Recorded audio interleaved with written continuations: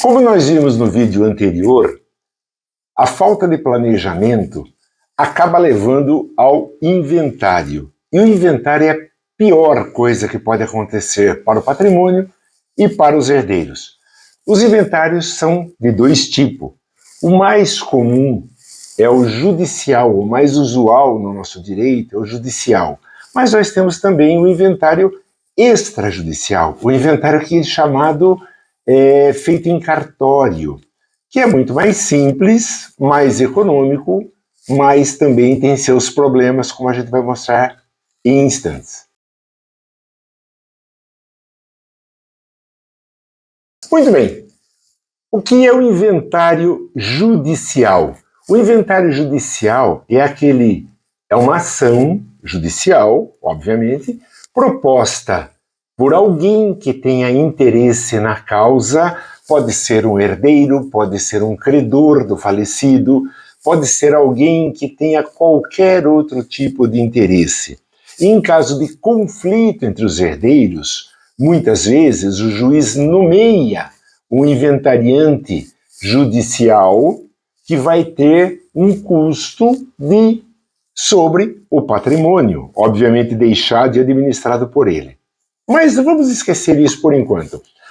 O inventário judicial, como nós advogados costumamos dizer, pode ser de duas formas, aquele amistoso ou o conflituoso.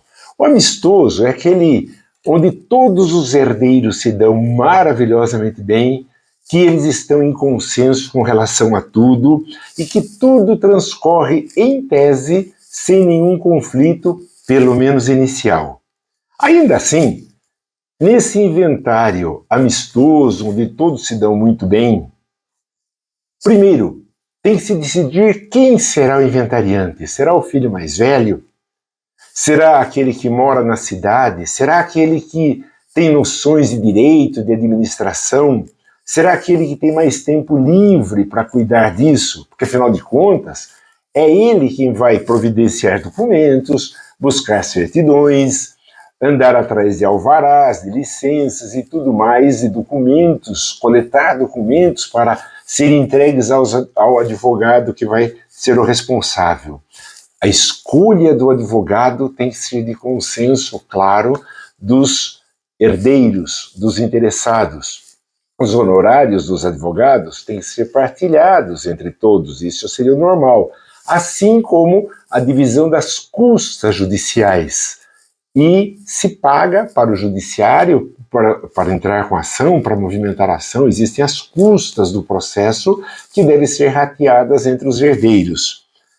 E isso já gera um certo conflito, porque nem sempre todos os herdeiros têm condições de pagar as custas judiciais. Muitas vezes o processo começa a enroscar aí. Um herdeiro paga para depois receber ao final, ou ele se recusa a pagar a parte do outro, o quinhão que cabe ao outro nessa partilha, né, das despesas. Como é que eles resolvem isso? Aí começam as possibilidades de conflito. Lembrando ainda, a gente tem o risco de penhora dos bens do espólio em caso de não pagamento de tributos, de encargos, de responsabilidades do espólio. Embora tenha deixado bens, lembrando, ele pode ter deixado também obrigações, cartão de crédito, cheque, prestações de lojas, financiamento de carro. Isso é de responsabilidade do espólio pagar. Mas resolvido tudo isso, não aconteceu nada, está tudo bem, nós temos ao final a tributação sobre a transmissão dos bens. E de novo, é muito alto esse imposto, bastante elevado. Acontece muito de um dos herdeiros ou mais não ter condições de pagar esse imposto. E tudo para até que seja resolvido. Isso quando for aquele inventário amistoso, onde todos se dão bem. Mas a gente tem os inventários que a gente chama de conflituosos, onde desde o início os herdeiros, por qualquer razão, não se entendem muito bem. Então começa a disputa pela inventariança. Quem vai ser inventariante? Todo mundo quer, ou ninguém quer.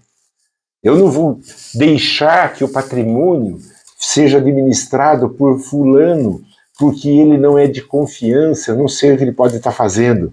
Cada herdeiro vai contratar um advogado e os custos já começam a se elevar. Quem é que paga as custas e despesas judiciais? Quem é que paga os tributos? Cada vez que precisa de uma certidão, se eles estão em conflito, quem é que paga isso para apresentar no cartório do processo? Não é? O conflito está estabelecido. Com isso, a demora é muito maior. Consequência, a gente tem a deterioração dos bens, o não consenso com relação à alocação, as dívidas vão se acumulando, e quando finalmente todo mundo conclui que termina o inventário, aquele imóvel ou aqueles bens passam a ser dos herdeiros, transmite-se do espólio para os herdeiros, mas em condomínio. E o que significa em condomínio? Em copropriedade. Todos são proprietários da mesma casa, todos são proprietários do mesmo carro, todos são proprietários da mesma chácara.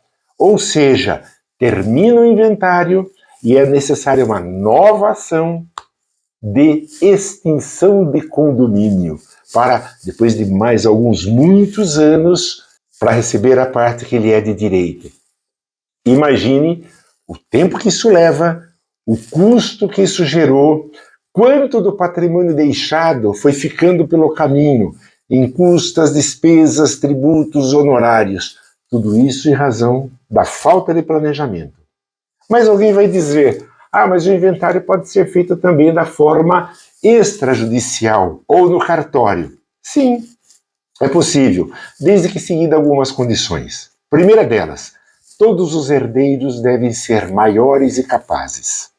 Segundo, tem que haver consenso a respeito da partilha dos bens entre os herdeiros.